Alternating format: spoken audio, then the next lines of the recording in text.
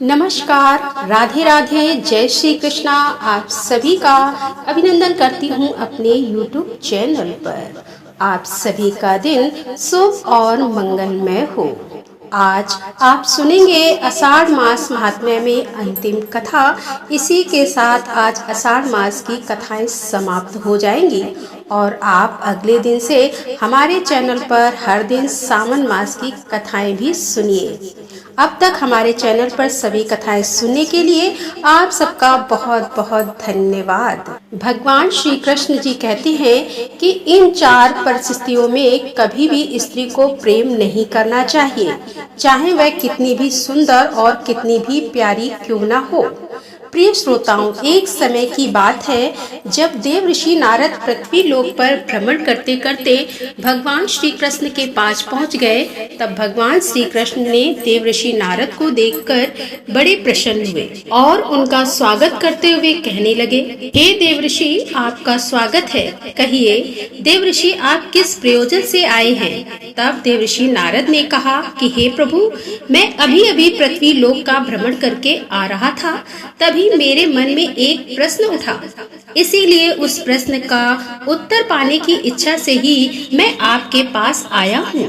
तब भगवान श्री कृष्ण कहने लगे कि हे देव ऋषि, आपके मन में जो भी प्रश्न हो आप निसंकोच होकर पूछें। मुझे आपके प्रश्न का उत्तर देते हुए बहुत खुशी होगी, क्योंकि आपके प्रश्न लोक हित में होते हैं। तब देवर्षि नारद कहने लगे कि हे प्रभु, किन परिस्थितियों पर स्त्रियों तथा पुरुषों को कभी प्रेम नहीं करना चाहिए?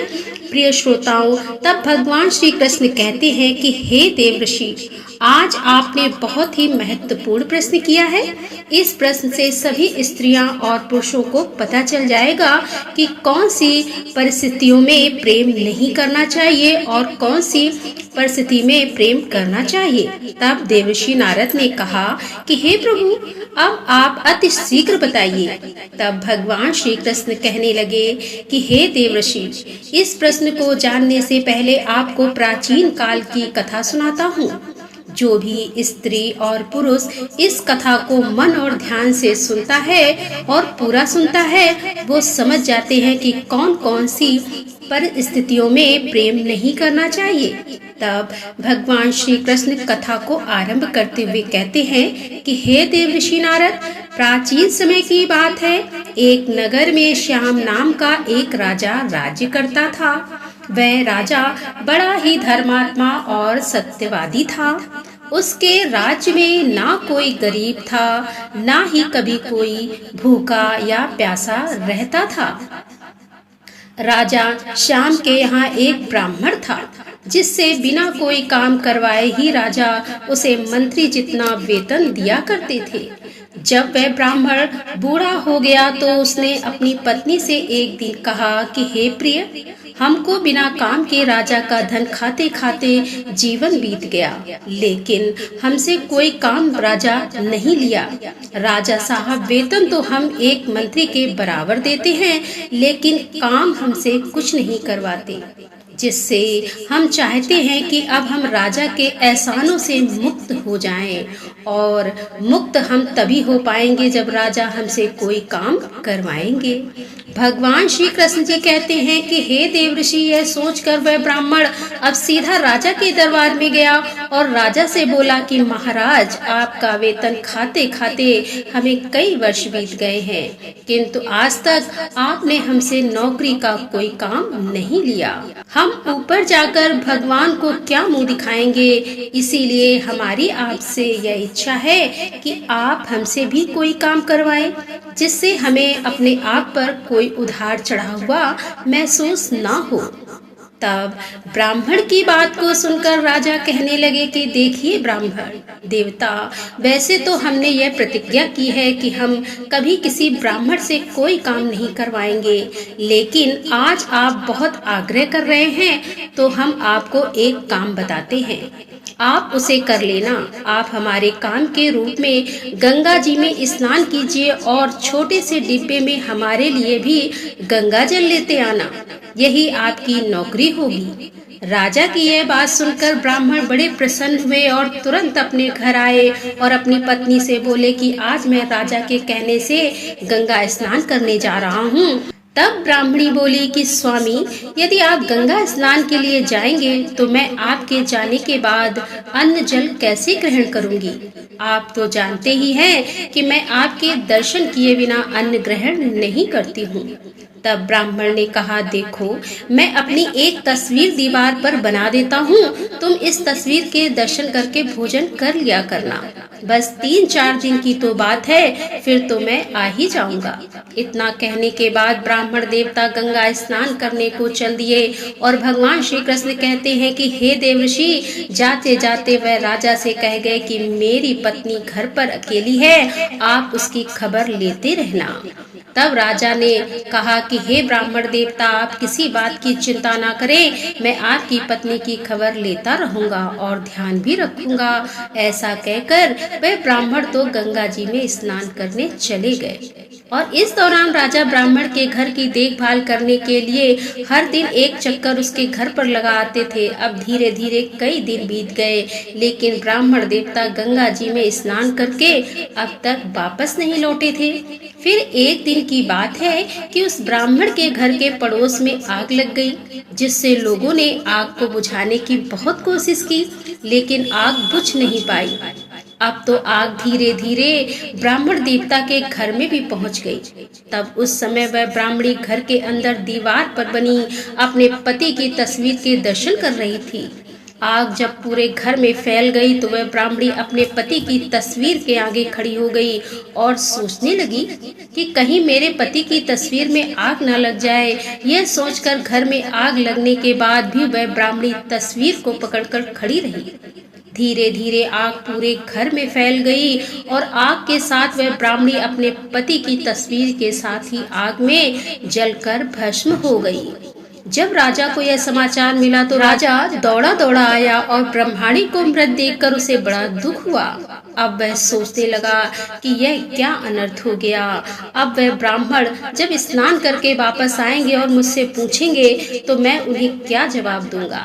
राजा इसी सोच में बैठा हुआ था कि इतने में गंगा स्नान करके वह ब्राह्मण देवता भी लौट आए। जब घर जाकर उन्होंने देखा कि आग में जलकर तो ब्राह्मणी मर चुकी है, तो वह ब्राह्मण देवता बड़े क्रोधित हो उठे और राजा से बोले कि महाराज, गंगा स्नान को जाते समय मैंने आपसे कहा था कि मेरी पत्नी का ध्यान रखना, लेकिन आपने मेरी पत्नी की कोई खबर नहीं ली, इसीलिए वह आग पे जलकर मर गई। मैं तुम्हें श्राप अवश्य दूंगा। फिर तो ब्राह्मण देवता को क्रोधित देखकर राजा हाथ जोड़कर बोला कि हे ब्राह्मण देव, इसमें मेरा कोई दोष नहीं है। मैंने आपकी पत्नी की खबर ली थी, लेकिन आपकी पत्नी दीवार पर बनी हुई आपकी तस्वीर को बचाने के लिए घर से बाहर ही नहीं निकली, इसीलिए वह जल गई। अब जो होना था वह तो हो गया, आप भी अपने क्रोध को शांत कीजिए। मैं आपकी पत्नी को जीवित करने का कोई प्रयास करता हूँ, चाहे कुछ भी हो जाए, आप बस हमें 1 महीने का अवसर दीजिए। तब ऐसा कहकर राजा ने ब्राह्मणी के शव को तेल में रखवा दिया और कहा कि हे ब्राह्मण देवता, आप 1 महीने का इंतजार कीजिए। फिर राजा अपना राजकाल मंत्री के हाथ में छोड़कर अमृत की तलाश में चल पड़े, जिससे कई दिनों के बाद चलते चलते राजा एक गाँव में पहुँचे। वहाँ एक घर के द्वार पर चबूतरा बना हुआ था, जिसे विश्राम करने के लिए राजा उस चबूतरे पर बैठ गए। उस घर में एक बूढ़ी माँ और बहू, बस यही 2 प्राणी रहा करते थे। बूढ़ी माँ का बेटा बहुत दिनों से काम के लिए बाहर चला गया था, लेकिन जब से वह गया तब से घर लौटकर नहीं आया था। प्रिय श्रोताओं, भगवान श्री कृष्ण जी कहते हैं कि हे देवर्षि, बूढ़ी माँ का बेटा देखने में एकदम राजा श्याम की तरह लगता था, जिसे राजा को द्वार पर बैठा देखकर वह स्त्री उन्हें ही अपना पति समझ बैठी और अपनी सास से आकर बोली कि माँ, द्वार पर बैठा व्यक्ति ऐसा लगता है मानो वो हमारे पति हैं। यह सुनकर बूढ़ी माँ भी दौड़कर घर के बाहर द्वार पर आई और राजा को ही अपना बेटा समझकर उसे लिपट लिपट कर रोने लगी और बोली कि बेटा, तू इतने दिनों से कहाँ था? तेरी याद करते करते मैं तो बूढ़ी हो गई। तुझे मेरी बिल्कुल भी याद नहीं आई और बहू भी रात दिन तेरे बारे में सोच सोच कर बेचैन रहती थी। तूने तो आज तक हमारी खबर ही नहीं ली। प्रिय श्रोताओं, सास और बहू की बातें सुनकर अब राजा गहरी सोच में पड़ गया और कहने लगा कि ये कैसी बला मेरे गले पड़ गई है। मैं तो अमृत की तलाश में निकला था और मैं यहाँ खुद ही किसी मुसीबत में पड़ गया हूँ। फिर राजा ने उन दोनों को बहुत समझाया। सास ने कहा कि मैं तुम्हारा बेटा नहीं हूँ, तुम्हें धोखा हो गया है। तुम्हारा बेटा तो कोई और है। तुम अपने बेटे का पूरा हाल मुझे बताओ, मैं तुम्हारे बेटे को ढूंढ कर लाऊंगा। तब वह बूढ़ी माँ कहने लगी कि बेटा, मेरा पुत्र 14 वर्ष की उम्र में विवाह करके चला गया और आज 25 वर्ष हो गए हैं। उसकी पत्नी उसकी चिंता में सूख कर कमजोर हो गई है, लेकिन वह है कि अभी तक लौट कर नहीं आया। तब राजा कहने लगे कि तुम्हारा बेटा किस देश में रहता है, क्या आपको उसका कुछ अता पता है? तब बूढ़ी माँ ने कहा कि महाराज, दक्षिण दिशा राज्य में एक चंद्र प्रताप नाम का राजा है जो 1 किलो सोना रोज गरीबों को दान करता है। उसी राजा के पास मेरा बेटा नौकरी करता है और उसका नाम मृत्युंजय है। राजा श्याम बूढ़ी माँ और उसकी बहू को दिलासा देकर वहां से चले गए कि मैं बहुत जल्दी तुम्हारा बेटा ढूंढकर तुम्हें पास पहुंचा दूंगा, तुम चिंता मत करना।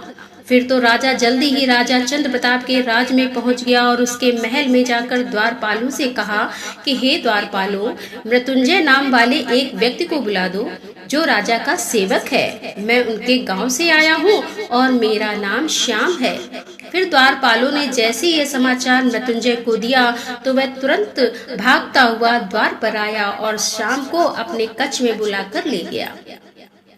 उसकी खूब खातिरदारी की। फिर राजा श्याम ने बताया कि हे भाई, जब से तुम अपने घर से चले आए हो तब से तुमने अपनी पत्नी की शक्ल तक नहीं देखी। घर पर तुम्हारी माँ और पत्नी का रो रो कर बुरा हाल है। अब जल्द से जल्द घर जाकर अपनी माँ और पत्नी से मिलो।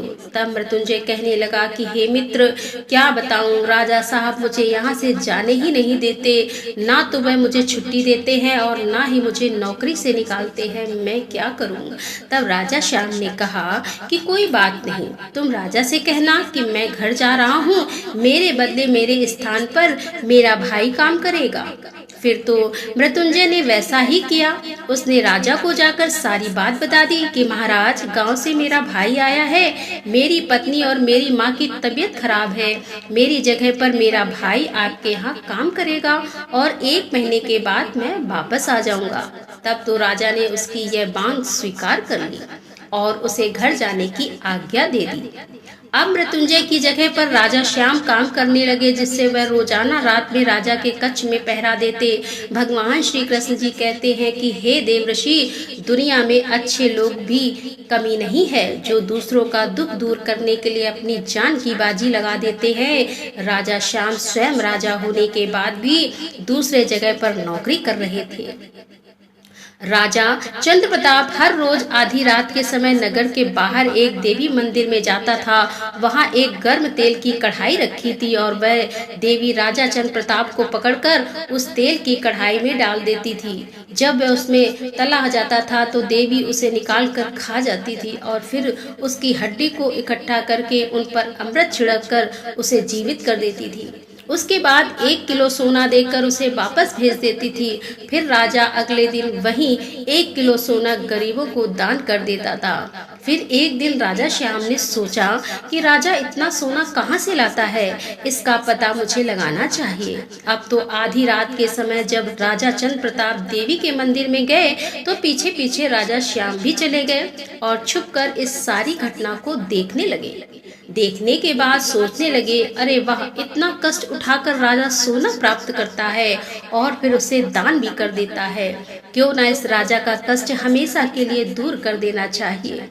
प्रिय श्रोताओं, यही सोचकर राजा श्याम ने अगले दिन एक व्यक्ति से कुछ पकवान, इत्र, सुगंधित वस्तुएं मंगाई और इस तरह तरह के स्वादिष्ट मसाले भी मंगवाए। फिर उसने उन मसालों और पकवानों को अपने पेट को काट कर उसमें भर लिया। और जब आधी रात का समय हुआ तो राजा ने अपने कुछ लोगों को बुलाकर राजा चंद्र प्रताप को मूर्छित करवा दिया और उसकी जगह स्वयं मंदिर चला गया। रोज की तरह देवी ने उसी तरह पकड़कर उसे भी तेल की कढ़ाई में पटक दिया। जब राजा तला गया तो देवी ने उसे निकालकर खाना शुरू कर दिया। फिर आज तो देवी को हर दिन से अधिक स्वादिष्ट मांस लग रहा था।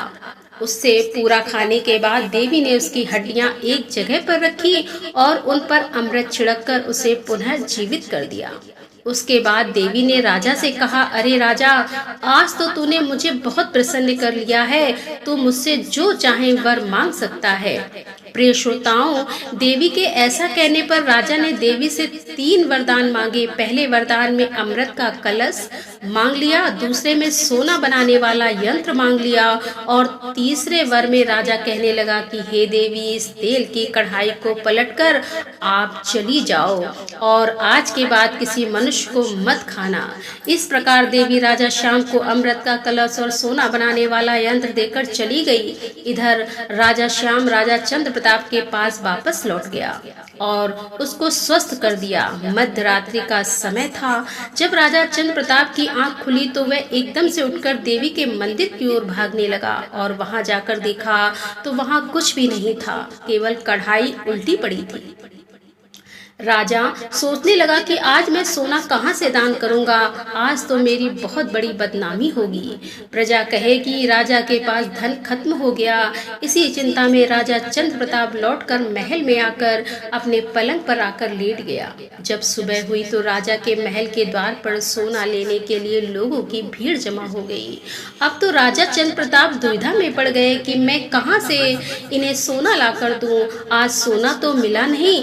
तब राजा श्याम राजा चंद्र प्रताप सिंह की चिंता को समझ गए। उन्होंने राजा से पूछा कि आप इतने उदास क्यों हो।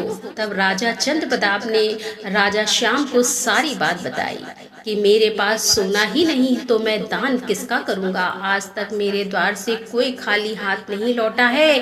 तब राजा श्याम ने कहा कि महाराज, आप चिंता ना करो, लो यह सोना बनाने वाला यंत्र है जो मैंने देवी से मांग लिया है और साथ में अमृत का कलश भी है।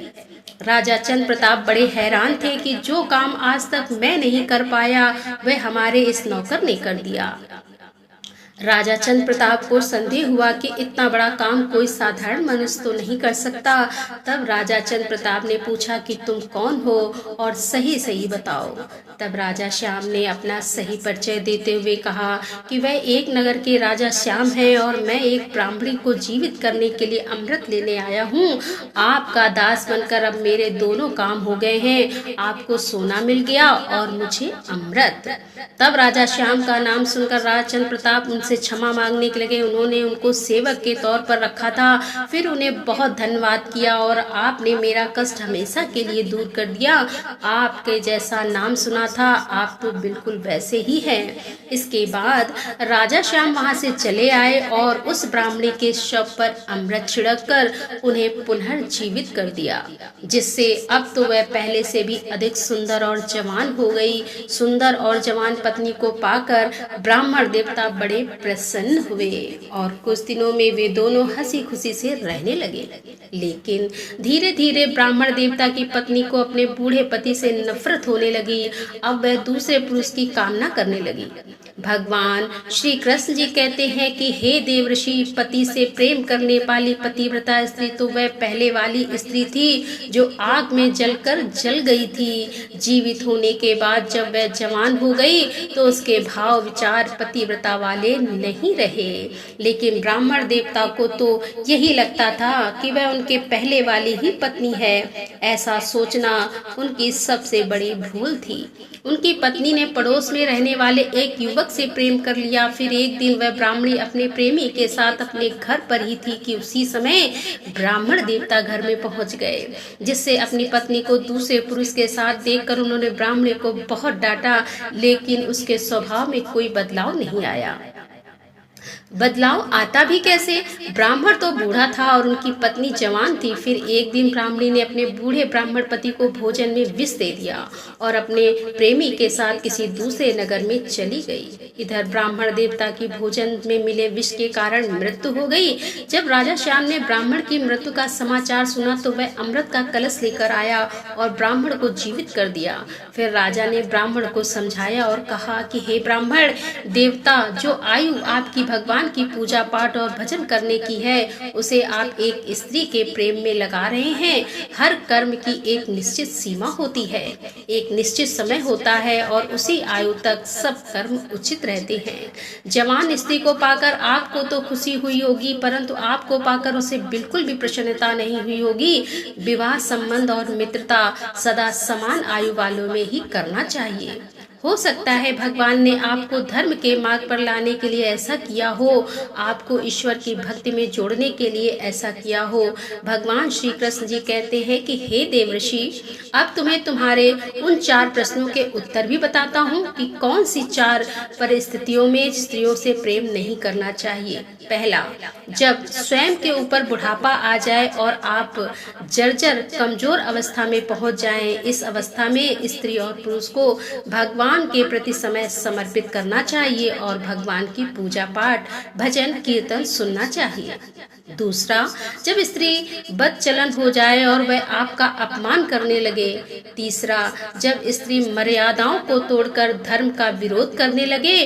और चौथा, जब स्त्री आपकी बातों का तिरस्कार करने लगे, आपकी बातों पर ध्यान ना दे और किसी दूसरे पुरुष से प्रेम करने लगे। इन 4 परिस्थितियों में कभी भी स्त्री से प्रेम नहीं करना चाहिए, वरना जीवन भर परेशानियों का सामना करना पड़ सकता है। यह थी आज की कथा। उम्मीद है आपको पसंद आई होगी। राधे राधे। जय श्री कृष्णा। हर हर महादेव। जय भोलेनाथ की।